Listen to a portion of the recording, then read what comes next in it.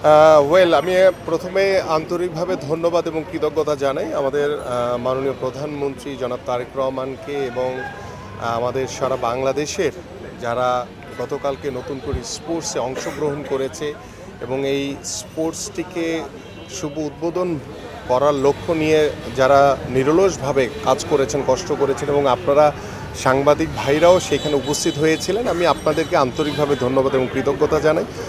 পাশাপাশি আপনারা মাঠেই দেখেছেন যে আসলে আমাদের মাননীয় প্রধানমন্ত্রী কতটুকু উচ্ছ্বাসিত ছিলেন এবং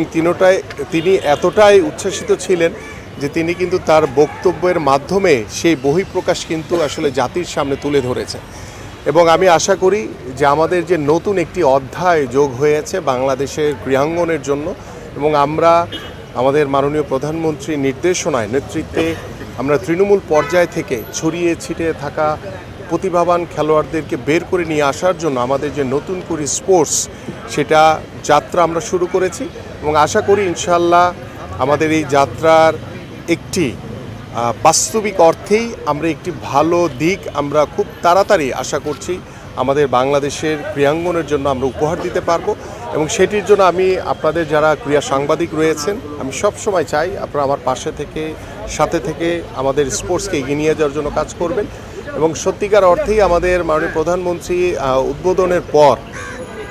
তিনি কিন্তু ছোট ছোট বিষয়গুলো নিয়ে তিনি কিন্তু খুব ভালোভাবে উপভোগ করেছেন এবং আপনারা দেখেছেন যে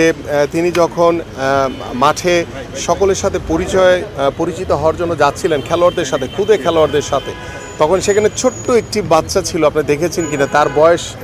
3 বছরের বেশি হবে বলে আমার কাছে মনে হয় না এবং সে যে তার যে কুমফু যে সে যে আয়ত্ত করেছে এবং তিনি কিন্তু সেখানে মাঠে দাঁড়িয়ে উপভোগ করেছে এবং সত্যিকার অর্থেই আমাদের যারা সন্তানরা তারা আমাদের মাননীয় প্রধানমন্ত্রীকে মাঠে পেয়ে যেই পরিমাণ উচ্ছ্বাসিত ছিলেন এবং আপনারা দেখেছেন যে আমাদের ছোট ছোট বাচ্চারা মেয়েরা যারা ফুটবল খেলেছে গতকালকে সিলেট জেলা স্টেডিয়ামে তারা কিন্তু তার সাথে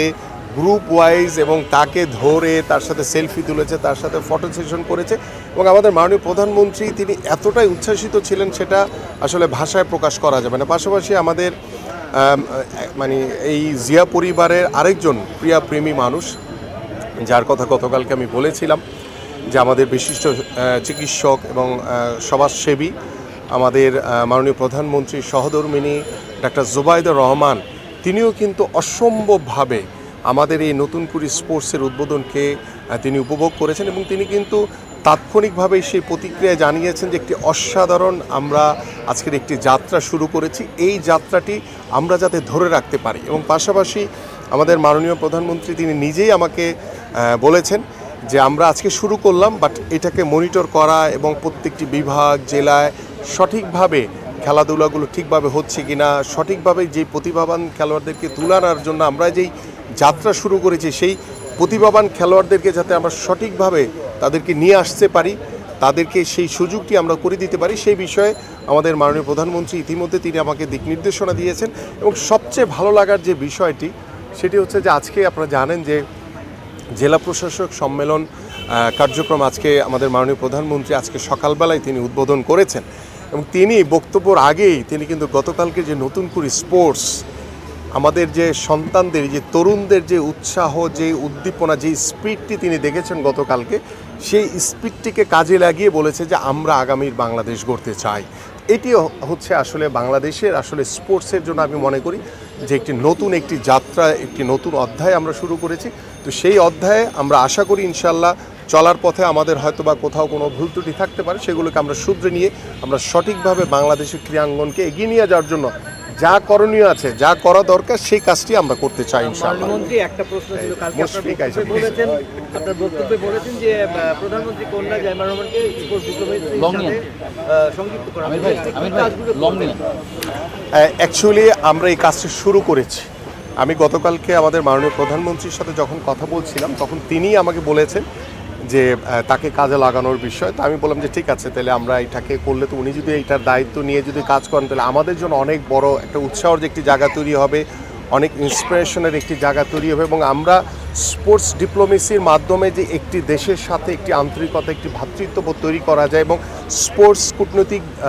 বিনিময়ের মাধ্যমে যে আমরা আমাদের বাংলাদেশের যেই ক্ষেত্রে আমাদের স্পোর্টসের সুযোগ সুবিধা বৃদ্ধির জন্য যেই সহযোগিতাগুলো আমরা আমাদের এশিয়ান কান্ট্রিগুলো রয়েছে, আমাদের ইউরোপিয়ান কান্ট্রিগুলো রয়েছে, যেই দেশের থেকে আমাদের যে স্পোর্টসের যেই খাতগুলোর কোথায় যে দুর্বলতাগুলো রয়েছে সেগুলোকে কিভাবে আমরা সঠিকভাবে কাজে লাগাতে পারি সেই বিষয়গুলো নিয়ে ইতিমধ্যে কিন্তু আমাদের পররাষ্ট্র মন্ত্রণালয়ের একটি স্পোর্টসের একটি উইংস খোলা হয়েছে স্পোর্টস ডিপ্লোমেসির জন্য। সো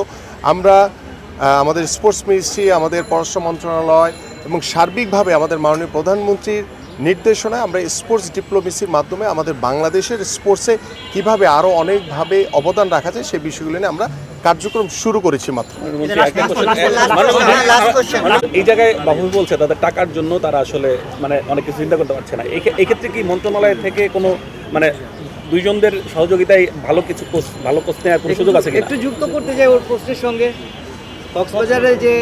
ফিফা কমপ্লায়েন্স স্টেডিয়াম হওয়ার কথা, একটা কমপ্লেক্স হওয়ার কথা, সেটার জমিটা যদি পাওয়া যায় তাহলে ফিফা সমস্ত টাকা দিয়ে এটা করে দিবে। বাট সরকার সম্ভবত বলেছেন 8 কোটি টাকা ফুটবল ফেডারেশন যদি সরকারকে দেয় তবে জমিটা তারা ফুটবল ফেডারেশনকে দেবে। সেক্ষেত্রে ফিফা টাকা দেবে এবং বিল্ডিংটা হবে, স্টেডিয়ামটা হবে। আর যদি টাকা না, জমি না দিতে পারে তাহলে হবে না। সরকার কি এটা মওকুফ করতে পারে বা করবে, এরকম কোনো ভাবনা আছে কিনা? আমি বলি, প্রথমে ভাইয়ের প্রশ্নটাই বলি, সেটা হচ্ছে যে কোচের যে বিষয়টা, এটা অ্যাবসোলুটলি আসলে বাংলাদেশ ফুটবল ফেডারেশন